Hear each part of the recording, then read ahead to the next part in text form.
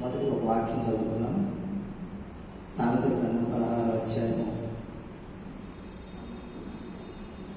మొదటి నుంచి 3వ వచనం. హృదయాలోచనలు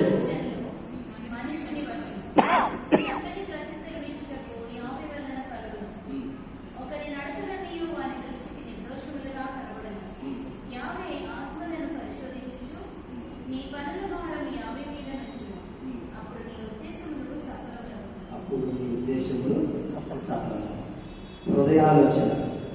మరి సహోదరుడు జానరాజు గారు ఒక ఆలోచన కలిగి ఉన్నారు. ఆ ఆలోచనను మరి ఒక్కడే అలాగే కొన్ని సంవత్సరాలు పెట్టుకున్నాడు. మరి ఆ తర్వాత అన్నగారి ద్వారా దాన్ని బలపరచబడి ఇక్కడ కూర్చున్న వారి ద్వారా కూడా బలపరచబడి కార్యరూపం దాల్చి మరి దాల్చడానికి వచ్చినప్పుడు నాకు జానరాజు గారు ఓన్లీ ఫోన్ కాల్ ద్వారానే నాకు పరిచయం, అంతకుముందు నాకు పరిచయం లేదు.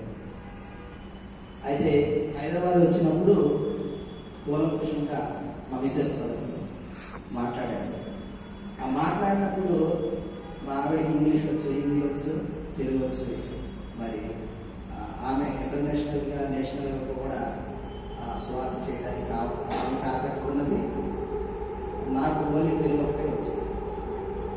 కానీ ఇప్పుడు ఆమె లేదు, ఆమె చనిపోయింది ఆటలతో.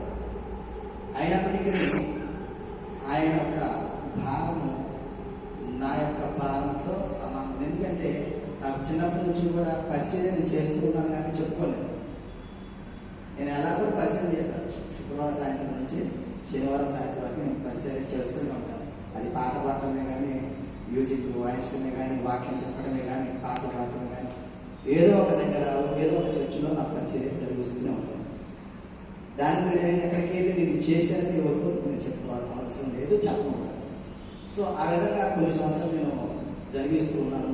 మరి సత్యము బట్టి సత్యాన్ని దుర్బోధ అని ప్రకటిస్తున్నటువంటి వారిని మనం ఎదుర్కొనాలి. ఇది సత్యము అని చెప్పగలగాలి అని మరి ఆయన ప్రయాసం నాకు చాలా సంతోషాన్ని కలుగజేసింది. కాబట్టి ఆ ప్రయత్నంలో కూడా నేను కూడా సహకారిగా ఉంటే ఎంతో అదృష్టమని భావించి అప్పటి నుంచి కూడా ఆయన్ని సపోర్ట్ చేస్తూ వస్తున్నాను.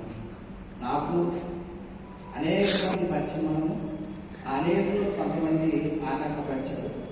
ఆటంకపరిచినప్పటికీ మనము ఎలోహిం వారి మీద బాగా వేశాము. కాబట్టి ఈ యొక్క ఆయన అనుకున్నది సత్యము ప్రకటించాలి, సత్యమే ప్రకటించాలని ఆయన కోరుకున్నాడు. కాబట్టి ఆ సత్యాన్ని ప్రకటించే వారికి మనం కూడా నేను కూడా ఉండాలని. ఎందుకంటే ఇంకొక మాట చదువుతున్నాను లేఖన భాగంలో కీర్తనలు 133లో సహోదరులు ఐక్యత కలిగి నివసించుట ఎంత మేలు, ఎంత మనోహరం. అది తల మీద పోయబడి అహరోను గడ్డల మీదుగా కానీ అతని అంగీల అంచు వరకు దిగజారిన పరిమళ తైలం వలె నుండును. సియోను కొండల మీదకి దిగొచ్చు హెర్మోను మంచు వలె నుండును. ఆశీర్వాదమును శాశ్వత జీవమును అచ్చటనుండవలని యెహోవా సెలవిస్తూ ఉన్నాడు. హల్లెలూయా. మనకు కావాల్సినదే కదండి, ఆశీర్వాదము శాశ్వత జీవము. ఎక్కడ ఐక్యత కలిగి ఉంటారు. ఇవాళ ఒక ఇంట్లోనే ఐక్యత లేదండి, సహోదరుల మధ్య ఐక్యత లేదు. మరి సహోదరుడు అన్న జనార్దన్ అన్న ఒక 4-5 సంవత్సరాల క్రితం ఒక మీటింగ్ ఏర్పాటు చేశాడు. తెలంగాణ ఆంధ్ర రాష్ట్రాల ఐక్యత గురించి అన్ని ఏర్పాటు చేసి చివరికి వచ్చింది తెలుసా, ఇది వ్యాపారం, పెళ్లిళ్ళ సంబంధాలు కుదుర్చుకోవడానికి ఏర్పాటు చేసిందని అపవాదు అక్కడ ఏర్పాటు జనార్దన్ అన్న దగ్గర వచ్చింది. ఇక్కడ చూస్తే జాన్ బ్రదర్కి నేను డబ్బు మనిషి 70 కోట్లు కావాలని అపవాదు ఆయన వేసింది. ఎలీషా గారు ఏలియా గారిని వాళ్ళు కూడా పెట్టారు. నేను అక్కడికి వెళ్ళలేదు. వీళ్ళ విషయంలో నేను దగ్గర నుండి చూశాను కాబట్టి ఎగ్జాంపుల్ చెప్తున్నాను. కాబట్టి ఒక మంచి పని చేసేటప్పుడు అనేకమైన మరి ఇబ్బందులు కలుగుతాయి. కాబట్టి నేను దగ్గర నుంచి చూశాను. కాబట్టి ఇది సత్యము. ఆ సత్యమును ప్రకటించడానికి మరి సత్యమని తెలియజేయడానికి నేను కూడా నిలబడతాను. నా సహాయ సహకారం ఉంటాయని